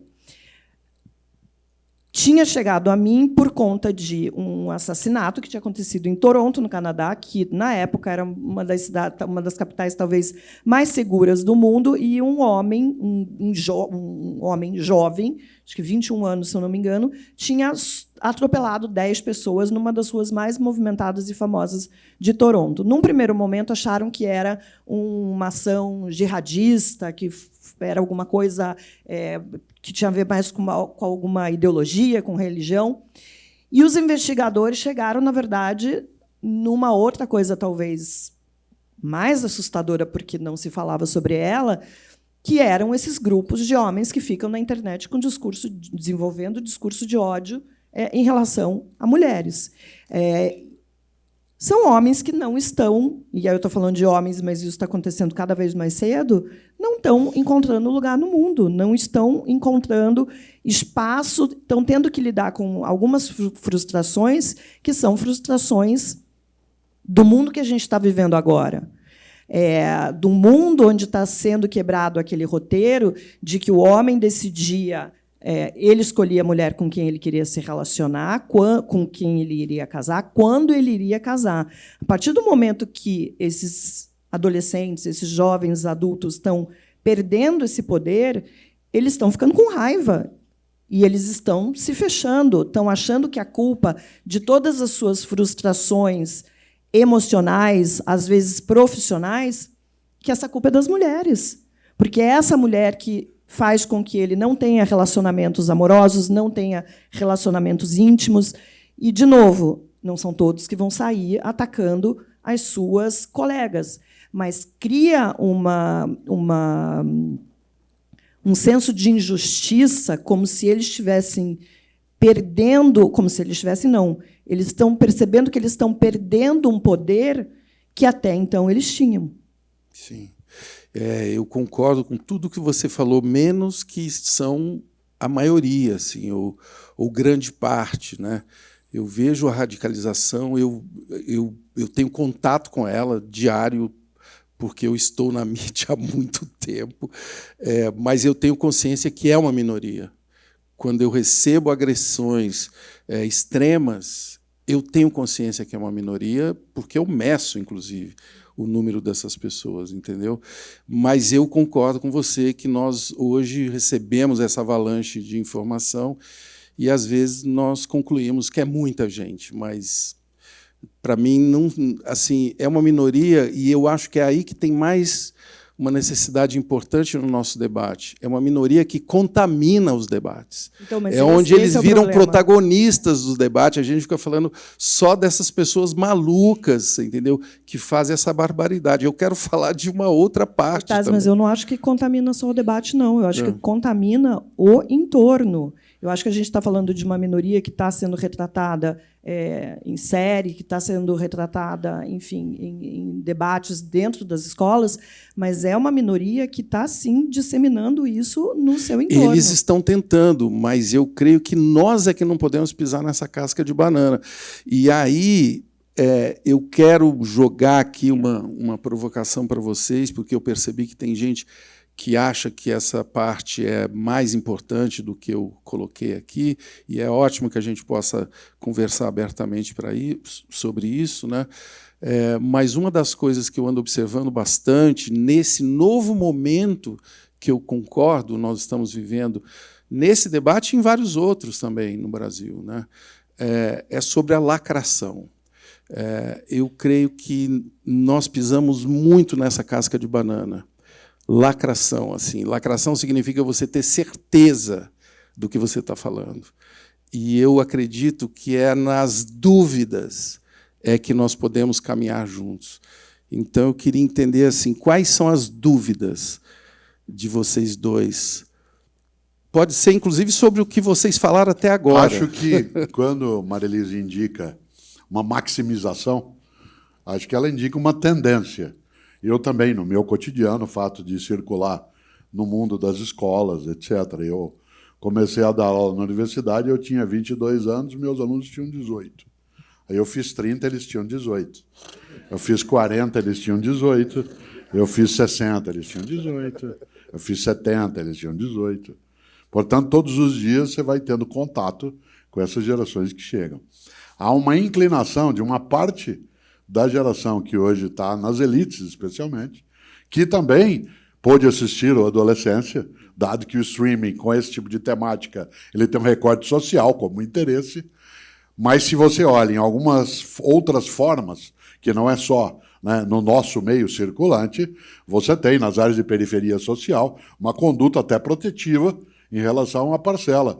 Está no campo do esporte, as braba, as minas, em que existe uma lógica também de convivência igualitária que não ultrapassa, obviamente, aquilo que é, né, o horror do machismo, mas que tem um desenho um pouco diferenciado. Por isso, eu tenho dúvida em relação a isso que a Marilise falou, mas a minha dúvida é muito mais pelo desejo do que por uma percepção demográfica, digamos. Para eu falar, não, é a maioria que é assim. Eu não vejo, né, no cotidiano que seja a maioria, mas vejo que há, sim, né, uma expressividade que é muito forte de pessoas que têm essa conduta. Veja, eu não disse que é a maioria, eu disse que essa é a maior preocupação que existe hoje dentro desse universo jovem adolescente. Eu não tenho dúvida, mas isso variará da camada social, variará da classe social também. Porque, se você observa, aquilo que uma parcela dos nossos filhos, entre aspas, meu pequenininho tem 42 anos, então ele não circula tanto, mas o baile funk, no final de semana, ele é uma convivência dos gêneros de vários modos e em várias situações de apropriação do corpo masculino e também do corpo feminino, para imaginar qual é a radicalidade disso, em que esse tema ele não vem dessa forma, né? Senão se vai a um baile funk que circula em grande parte da nossa cidade nos finais de semana e alguém fica imaginando que ele é incel, né? Porque ali incel não será. Você tem vários outros modos. Então, não é que eu estou desprezando o que Marilise carrega, ao contrário, né? É preciso fazer o alerta. Mas o recorte de classe social ele precisa ser trazido, porque, do contrário, a gente olha só de um lugar, né? O Leonardo Boff costuma dizer que um ponto de vista é a vista a partir de um ponto. Por que nós temos de enfrentar isso que você falou? Porque uma parte dessa comunidade adolescente que tem essa perspectiva, ela tem poder. E ela terá, porque ela é herdeira, ou ela é alguém que está se formando nessa área, e, portanto, ela poderá ser dirigente. Ela poderá ser aquela que pode ajudar a fazer as leis, a executá-las. Então, nós entramos no outro patamar. O grande perigo, o grande problema é que esse caminho seja a única resposta que esses adolescentes estão encontrando. Por isso, essa discussão aqui, por isso, falar que a gente precisa realmente ter uma discussão em sociedade que envolva escola, governo, feministas, os pais, claro que tem que estar envolvidos nisso tudo, porque a gente precisa olhar como é que isso está chegando na educação de base. Porque isso eu não posso deixar de lembrar, tá, de um exemplo, que é uma das coisas mais inteligentes que eu vi ultimamente, porque se falava dessa hiperexposição da sexualidade e, portanto, uma demanda em relação aos adolescentes de que eles tenham, né, a sexualidade como sexo. E, ao ter sexo, parte das gurias, das meninas, não acedem, e isso cria, né, um poder que leva o celibatário a sê-lo. Né? E eu lia que alguém aprendeu, parte dos jovens aprende hoje isso nos filmes, numa exposição da hipersexualidade, especialmente na pornografia liberada. E aí vem o exemplo maravilhoso disso. Você aprender sobre sexualidade nos filmes pornográficos que circulam livremente é o equivalente a você querer aprender a dirigir assistindo Velozes e Furiosos. É aí que nós estamos, Velozes e Furiosos. Eu vou trazer uma informação até antes de abrir para vocês. Eu gostei tanto do que já rolou aqui, e quando se fala em funk, né, se pensa, e já se falou aqui, obviamente, na sexualização, especialmente sobre a mulher, quer dizer, de uma coisa, enfim, que escancara aquilo lá. E eu tive a felicidade essa semana, na pauta da semana lá do Provoca, de ouvir a estagiária que trabalha com a gente lá na cultura, e falava: escuta, você sente falta de que tipo de entrevistado aqui? Você tem alguma sugestão e tal? Uma menina da periferia aí que tem a importância gigante que eu acredito que é olhar esses pontos de vista de vários lados, inclusive da periferia, já que nós vivemos num país extremamente desigual, onde essa conversa, enfim, é rara, né?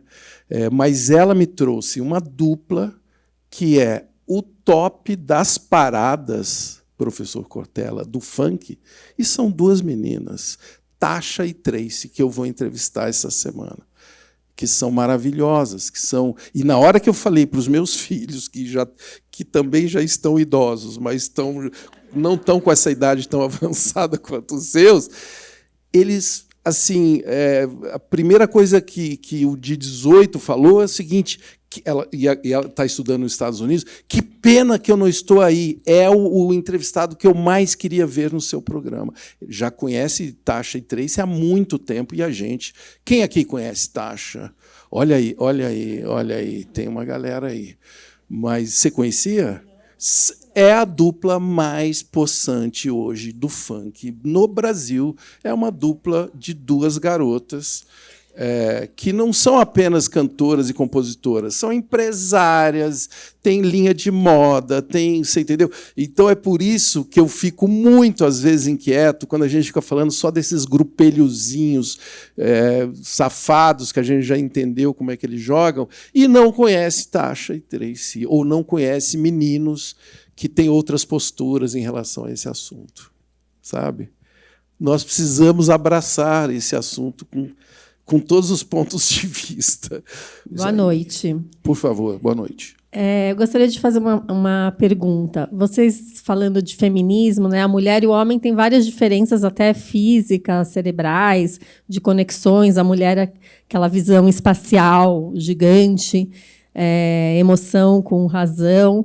Vocês não acham que o mundo precisa não mais de feministas, mas de feminino, do feminino, com o que a gente está vivendo hoje, com os extremismos, com tantos governantes com polarização forte? Vocês não acham que o feminino precisa estar mais presente no nosso dia a dia? Eu não vejo o feminino não presente. Eu acho que uma coisa não exclui a outra. Eu vou te falar que eu só abracei o feminismo quando eu entendi que o feminismo não era sobre mim. Lá atrás eu não imagino, assim, eu não via necessidade para a minha vida, para o meu dia a dia, para as coisas com as quais eu tinha que lidar na minha proximidade. Eu sei que eu acabo estando numa bolha, que eu precisava levantar bandeiras. E hoje eu levanto bandeiras que eu nunca vivi uma violência física, por exemplo. Eu nunca tive que optar por um aborto, nunca passei por isso.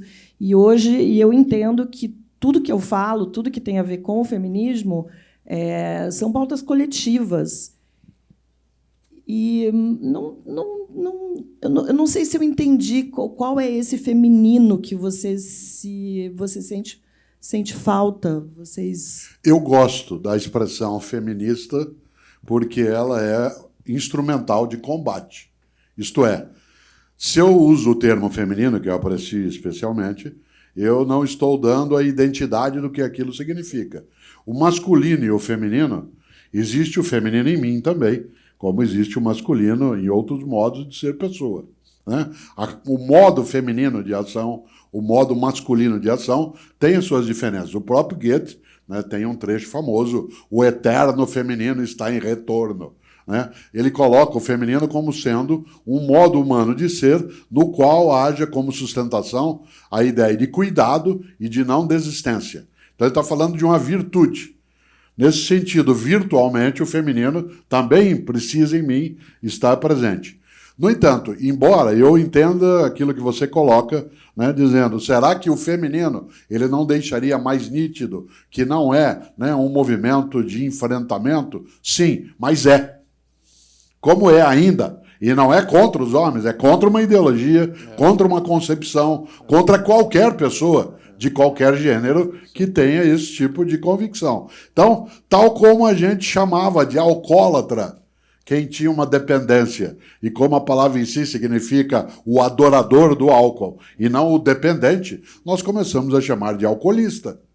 E esse termo ele não é só uma mudança do nome, ele dá um indicador do que significa, né, um tipo de empreita para que aquilo deixe, né, de vitimá-lo. Por isso, acho que o termo feminista ele é um termo historicamente provisório, ou seja, haverá um momento em que ele terá de deixar de existir, porque se ele continuar existindo, é sinal do fracasso.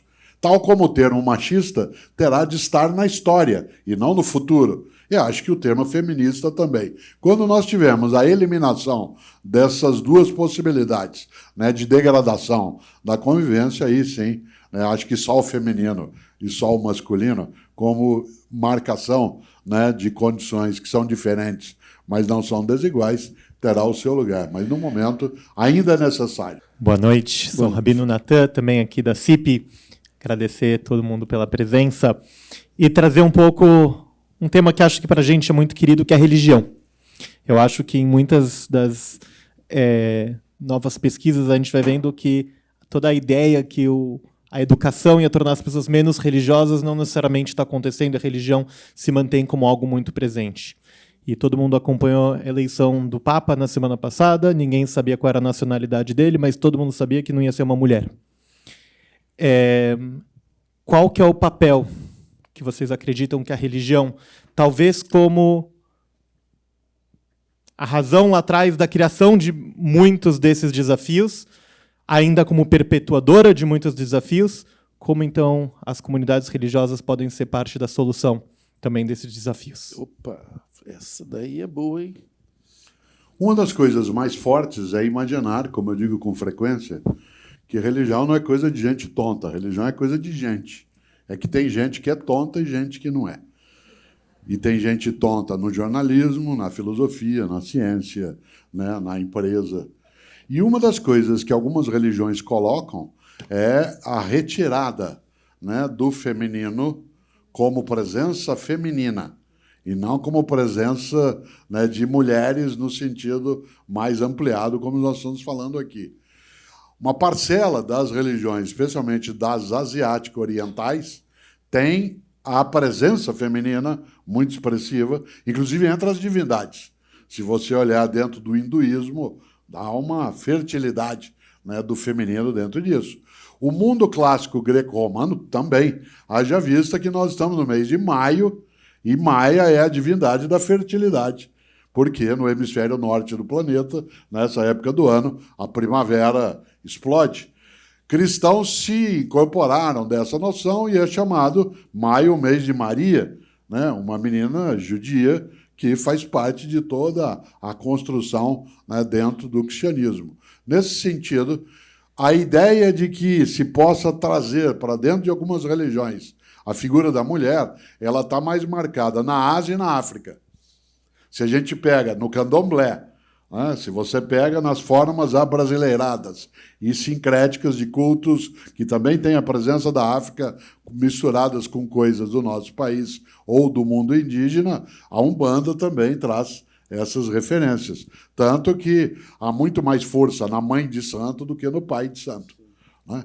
Ora, por que eu coloco essa questão? Porque no mundo cristão romano, católico, há a vedação desse tipo de presença. Mas isso não é no conjunto do cristianismo, aliás, porque algumas das formas cristãs têm também, né, a possibilidade da ordenação, inclusive presbiteral, né, como bispa, né, de algumas das formas de mulheres. O que eu mais vi nesses tempos, e que até deu, você falou no ponto de partida, da necessidade do humor, né, eu estava olhando esses dias um meme que circulou na internet, maravilhoso, que dizia: se o mundo católico admitisse o casamento, né, dos padres, é assim, o Papa, num quadrinho, ligando para a esposa e dizendo: eles me convidaram para ser Papa, aceito? Ela diz: não.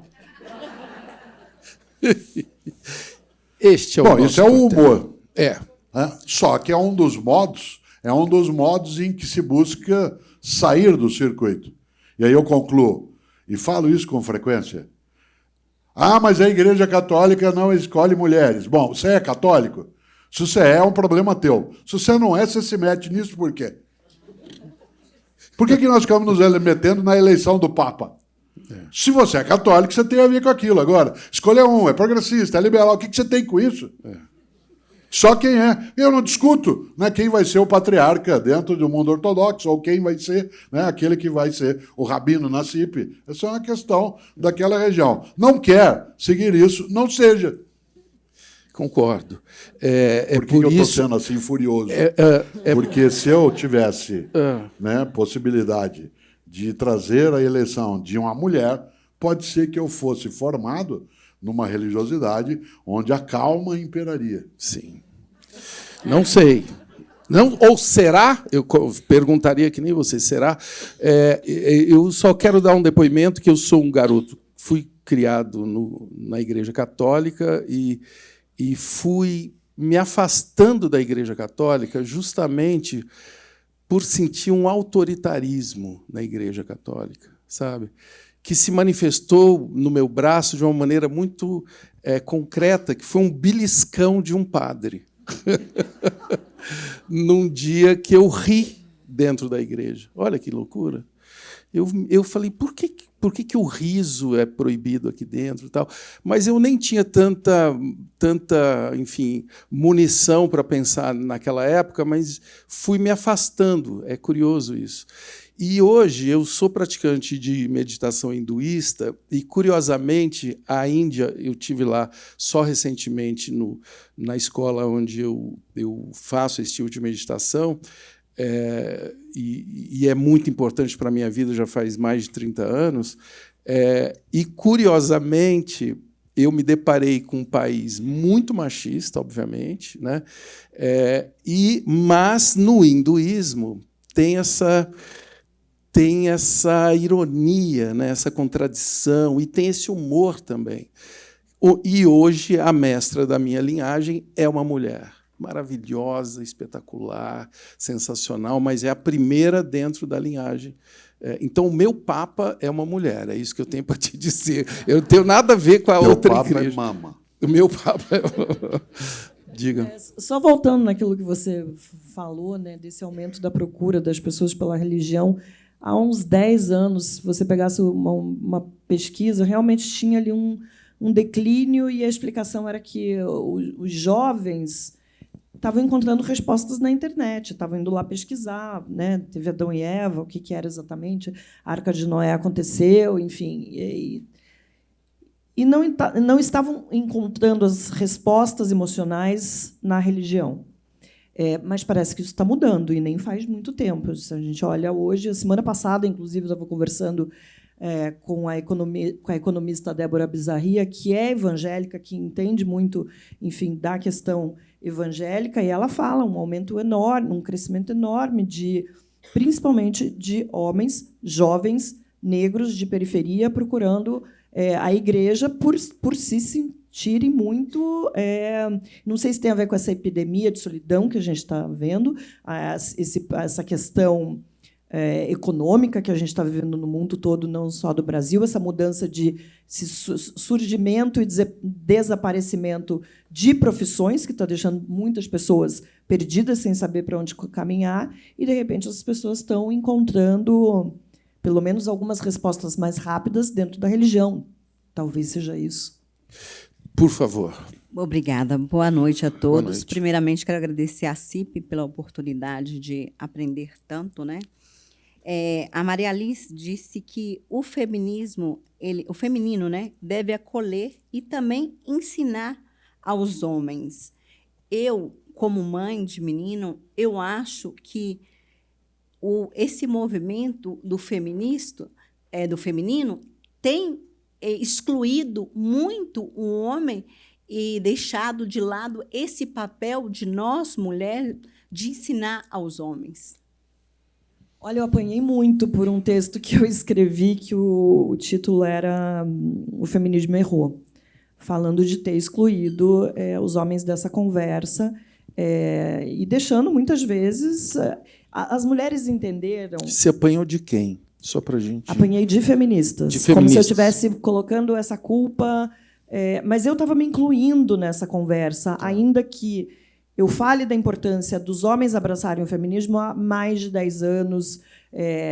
Tem um movimento internacional que chama He for She, que é super importante, que tenta também trazer os homens para essa conversa. Eu não acho que seja uma obrigação isolada das mães. Eu acho que é uma tarefa que todo mundo tem que se ocupar. Pais, mães, pais também, né? Não é, a educação não deve ser... O Cortella falou tão bem da questão das pessoas serem educadas por mulheres, mas a gente precisa trazer o homem para essa educação e trazer a sociedade como um todo. A gente tem que ter políticas públicas. Tem um documento que foi desenvolvido pelo governo atual que é super importante, falando de todas as políticas que estão sendo implementadas no combate à violência contra a mulher, como é que vai acolher essa mulher, o que vai fazer com essa mulher que precisa sair de casa, onde é que ela vai ser atendida, o serviço médico. É um documento super extenso, muito importante, só que tem uma coisa que me chamou muita atenção. Não tem a palavra homem uma única vez. Então, a gente está falando de um problema, mas a gente não está tratando... A gente está atacando o problema, a gente não está atacando a doença. Porque, se a gente não conversa com esse homem, não traz esse homem para esse debate e para essa responsabilidade de estar nessa transformação de sociedade, é muito injusto. Claro que não tem que ficar nas costas das mulheres. É isso aí. Está aqui? Por favor. Vou mudar um pouco de pergunta, mas eu tenho muito interesse em saber do Cortella o que ele acha que, se o mundo fosse dominado pelas mulheres, se existiria a guerra. O mundo é dominado pelas mulheres. Brecht tem uma expressão fortíssima sobre isso. A única pessoa que pode dizer se uma guerra é justa é a mãe do soldado morto. A única pessoa que pode avaliar se uma guerra é justa é a mãe do soldado morto. Qualquer outra pessoa seria mera opinião. Nesse sentido, claro, existe um componente dentro do feminino, não do feminista, mas há uma componente no feminino que é a incapacidade de desistir. Eu convivi e convivo com muitos homens que são muito femininos e muitas mulheres que são muito femininas.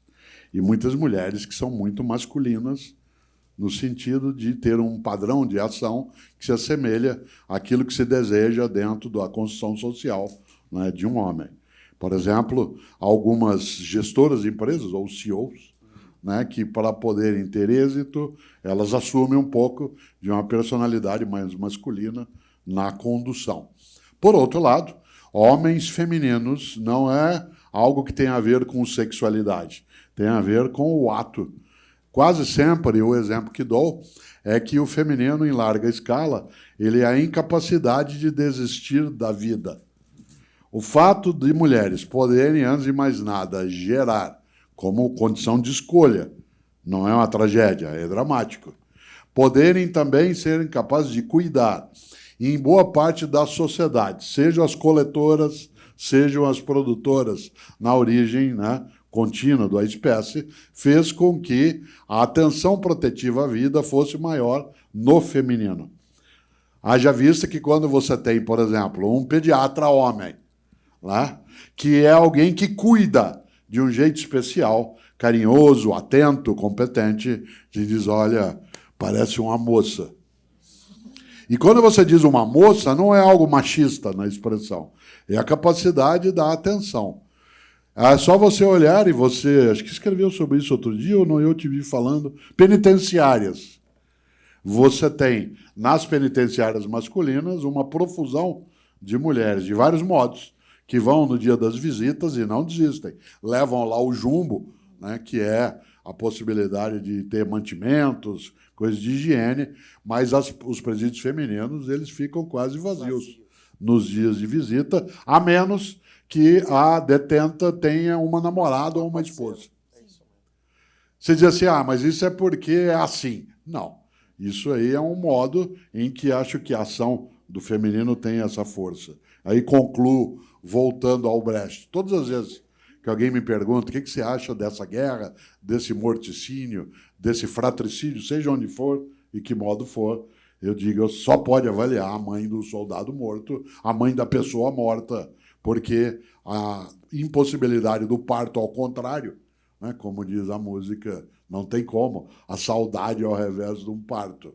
Ele marca esse campo. Por último, acho que talvez meu sonho, e é bom tê-lo, é lembrar o que uma escritora norte-americana um dia, acabei de esquecer o nome dela, mas ela disse que o grande sonho dela é o meu também. É no dia em que o filho dela chegar para ela no futuro. Ela disse, mãe, o que era a guerra?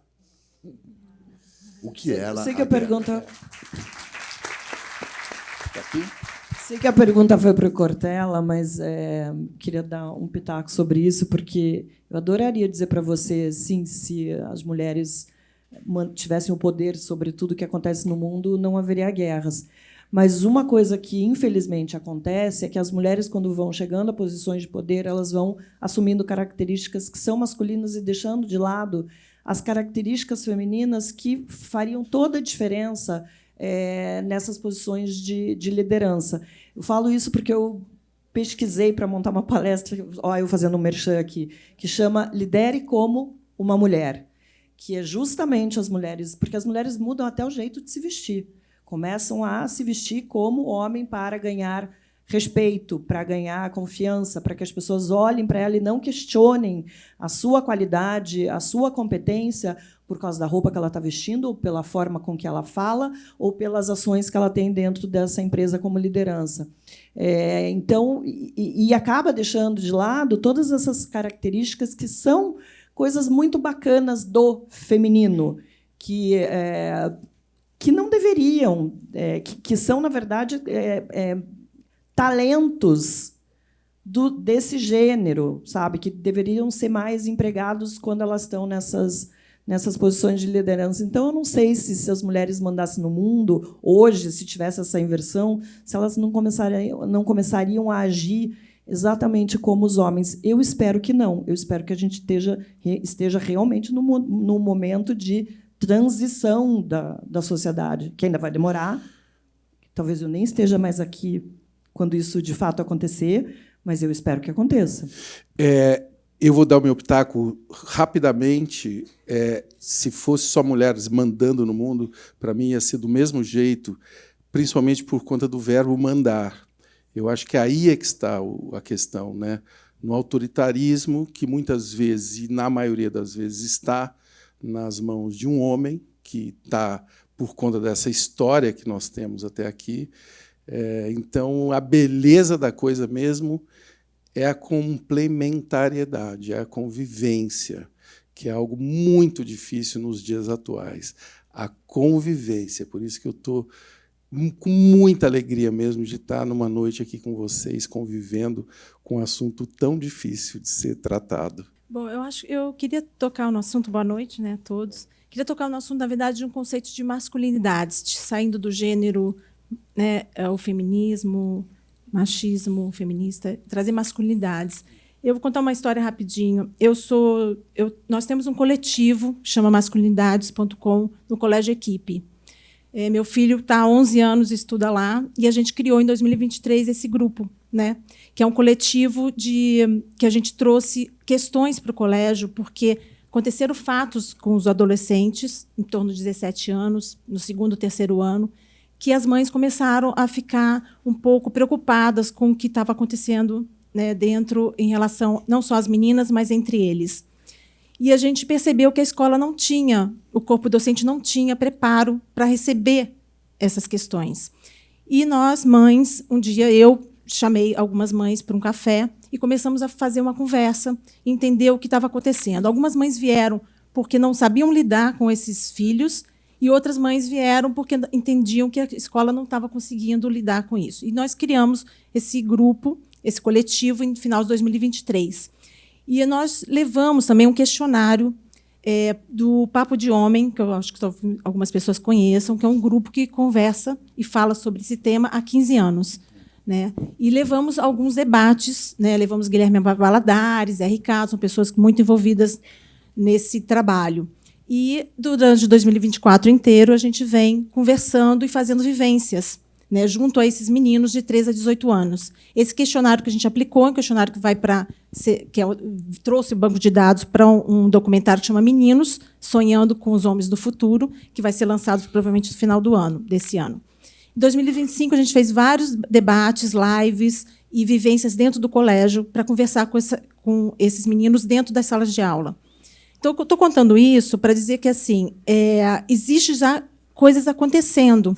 E, dentro da educação, a gente percebe o quanto é importante a gente estar perto desses meninos e dessas meninas para ouvi-los, porque a gente começou a criar espaços de bate-papo e conversas. A gente fez um encontro foram 4 encontros com homens, com os pais, só com os pais, homens, para saber entender o que esses homens estavam sentindo, que é um pouco esse espaço que a gente não... Hoje em dia, a gente está tentando, né, ver se a gente consegue ouvi-los, né, porque a gente já ouve muito os homens, mas a gente não tem a escuta correta. Então, eu queria fazer 2 perguntas, na verdade. Uma para... Eu acho que só uma vai ser... Só uma... Já vai dar muito... Já vai ser importante. Para o Cortella, em relação à educação, né, se ele vê que o caminho da educação é um caminho, né, que a gente pode chegar a esses meninos para que a gente forme essas gerações de maneira diferente com o que vem acontecendo. E a outra questão que eu queria falar para a Marilis é que a Bell Hooks ela traz no seu último livro, Vontade de Mudar, que é um livro maravilhoso, incrível, que ela relata toda a história dela de feminista, mas que ela entende que, assim, será que a gente deve falar sobre esse tema a partir de gênero ou a gente deve falar a partir da humanidade, que é um pouco o que o Cortella falou hoje, né? Será que a gente tem que entrar no gênero ou a gente tem que falar algo antes disso? Beleza. Então... A única maneira da educação ser, de fato, eficaz, seja na família, na escola, na mídia, na convivência, na empresa, na igreja, na sinagoga, onde for, é a da exemplaridade. Isto é, a demonstração e não o discurso. Toda fala que apenas indica, mas não realiza, não pratica, toda fala que não carrega autenticidade, ela retira dela o poder de convencimento. Por isso, a educação tem sim essa possibilidade. Nós podemos dar alguns passos. Um deles é não aceitar, em várias escolas, e você conhece algumas, e eu também, inclusive, a que você mencionou, várias escolas tirar da porta da sala onde docentes ficam o nome Sala dos Professores. Não deixar que dia 15 de outubro seja o dia do professor numa sociedade em que 92% são mulheres. E outras coisas no cotidiano. Aliás, porque a reunião nas escolas, em geral, se chama reunião de pais e mestres. E quem comparece são mães e mestras. Pode parecer tolice de natureza vocabular, não. Ela é uma concepção. Uma escola, seja qual for, que tenha a sala de professoras e professores, pode parecer, para que essa redundância? Nós nos acostumamos já. Não, nós nos acostumamos com o equivocado. Exatamente. E esse costume com o equivocado não o torna, porque nos acostumamos, correto. Por isso, ótimo o que você levanta, mas a educação tem que ser pela exemplaridade. Pela nesse sentido, se você mostra que esse é o caminho correto e exige que assim seja, o aprendizado virá. Agora, se apenas se fala sobre ele, ele fica absolutamente vazio. Pessoal, eu tenho uma informação dramática. O nosso tempo está esgotado. Puxa, e a resposta da Marilise que eu estava esperando? Então, esse é o drama. Mas pode, por favor. Vou falar rapidinho. Olha só, esse livro é muito legal, Vontade de Mudar. Inclusive, ela faz esse questionamento. Ela coloca que muitas vezes o movimento feminista fala que os homens não querem mudar, e pelo contrário, ela diz: os homens querem mudar, mas não necessariamente sabem como, nem para onde. Por isso, a necessidade da discussão sobre as masculinidades, as possibilidades de novos caminhos. Fico muito feliz de saber que vocês têm essa iniciativa na escola. Eu acho que isso tem que acontecer cada vez mais, mas não acredito, não acho que é suficiente que sejam iniciativas isoladas. Eu estou aqui quase me atropelando. Fique tranquila, fique tranquila. Tomara que não sejam só, que a gente não fique só em iniciativas isoladas, que isso seja feito de fato como uma política pública de Estado, que comece a olhar para dentro das escolas e conversar com as escolas, com mães e pais, para que isso seja adotado, para que não só a gente tenha o coletivo das meninas dentro das escolas para discutir o feminismo, enfim, todas as necessidades de mudança, as bandeiras que essas meninas querem levantar, os problemas com os quais elas se deparam no dia a dia, mas que os meninos tenham esse espaço de acolhimento também para falar, para ouvir, para conhecer novos caminhos. Eu acho que, antes da gente falar de humanidade, e essa coisa da humanidade às vezes é muito colocada por quem é contra o feminismo, não estou falando da Bell Hooks, não. Estou falando que essa questão é usada, às vezes, por pessoas que são contra, dizendo não é uma questão de machismo, ou de feminismo, ou de mulher e homem, é uma questão de humanidade. Eu dou um passo atrás quando eu vejo essas pessoas falando nesse sentido, porque eu acho que, sim, a gente tem que falar ainda da questão do machismo, do feminismo, e da questão das feminilidades e das masculinidades. Eu acho que a gente vai chegar nesse momento aí de entender tudo como a questão de humanidade, mas ainda temos alguns passos para dar. E creio que a noite de hoje contribui para esses passos. Eu fico tão impressionado de ver o que nós estamos vivendo no Brasil, principalmente, que é os teatros estarem cheios novamente. Não sei se vocês andam observando essa informação, né? Todos os tipos de peça, todos os tipos de debate.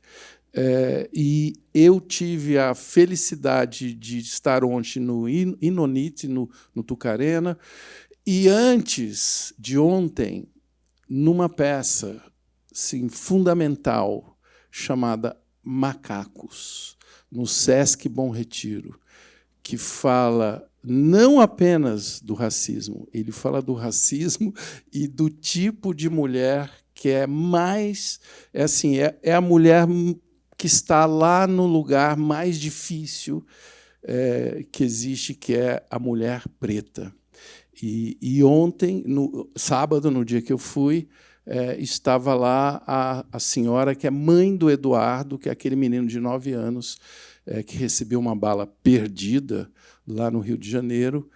Um menino de 9 anos que estava brincando e a polícia alegou que achou que ele estava com um brinquedo. O brinquedo que ele estava na mão achou que era um revólver, né? Justificou assim esse brutal assassinato. E ontem eu aprendi impossível dizer o que eu aprendi ontem nessa peça, mas com a presença da mãe do Eduardo lá, eu aprendi que esta peça, e é aí que eu fico muito esperançoso dessa conversa que nós tivemos aqui hoje, esta peça, os policiais foram todos absolvidos, estava tudo já resolvido do jeito que é sempre resolvido esse tipo de coisa no Brasil. Mas, por conta dessa peça e de mulheres como a mãe do Eduardo, que agora eu não me lembro do nome, que estava lá ontem, este caso está reaberto por conta de um advogado que assistiu à peça e que procurou a produção, que não se conformou, chegaram nesta mulher, e ontem, às vésperas do Dia das Mães, ela foi lá e eu tive a felicidade de dar um abraço nela, e hoje eu estou me sentindo abraçado aqui na minha ignorância sobre esse assunto do feminismo, tenho certeza que eu dei alguns passos e tenho certeza que vocês também. Muito obrigado à CIP, e é uma honra participar desse debate.